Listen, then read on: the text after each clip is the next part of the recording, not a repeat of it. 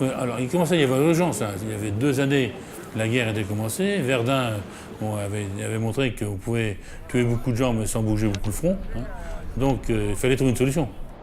Pour enfoncer la ligne de front, qui ne se déplacera que de quelques kilomètres pendant tout le conflit, le général Étienne se dépense sans compter pour faire aboutir son idée de char.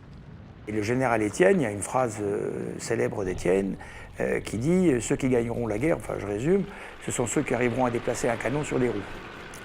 Donc en 1915, Étienne écrit au général Joffre pour lui soumettre son idée d'un canon sur des chenilles. Pourquoi sur des chenilles?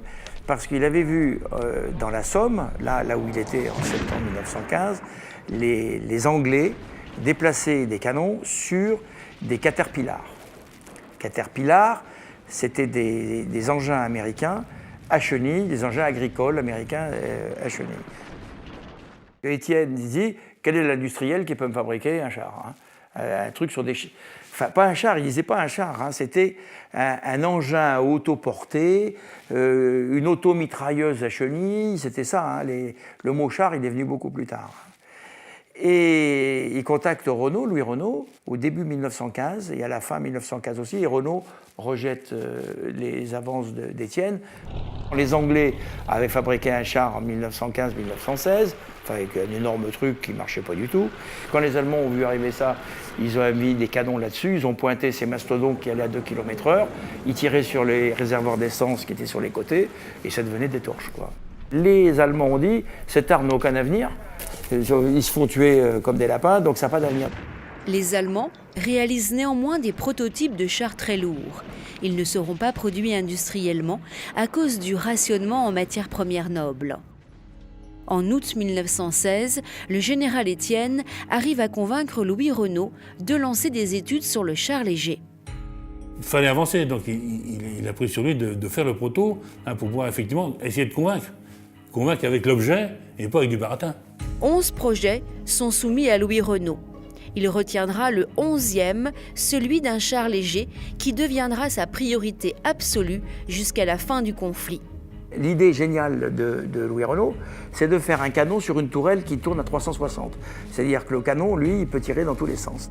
Donc, l'astuce de Louis Renault, c'est d'avoir fait un engin blindé à partir de matériel existant.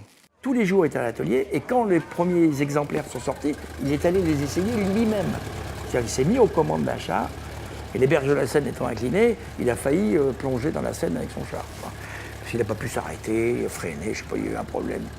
Et ce moteur-là, il était bourré d'innovations techniques pour l'époque. Hein. Donc c'est un moteur, parce que le moteur, le char, il fait ça, donc il ne faut pas que le carburateur se vide. Donc il avait mis au point un ensemble de brevets qui permettait au moteur, même quand il était comme ça, de ne pas s'arrêter. C'est idiot, un char qui s'arrête quand il grimpe une colline. Bon.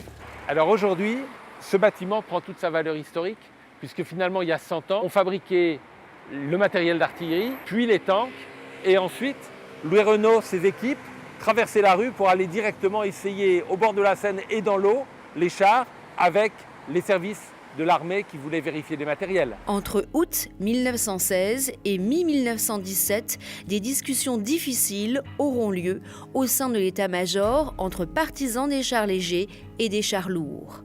Ce n'est que vers avril 1917 qu'à la suite d'essais concluants, le projet ne sera plus remis en question.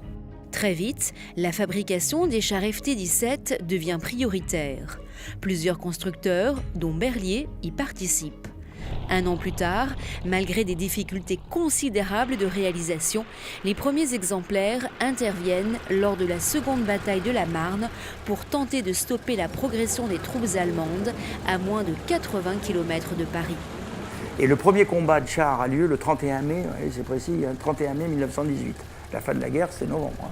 Il va participer, je crois, à 3800 engagements entre mai et novembre. 3800 engagements, quoi, pour dire qu'ils ont utilisé.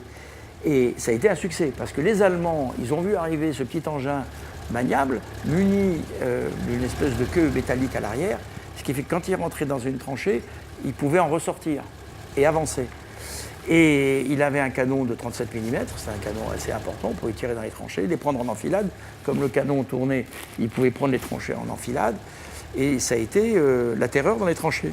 Il est avéré, enfin en 1918, au moment de l'armistice, que le char Renault a été l'arme qui avait permis de gagner la guerre de 1914.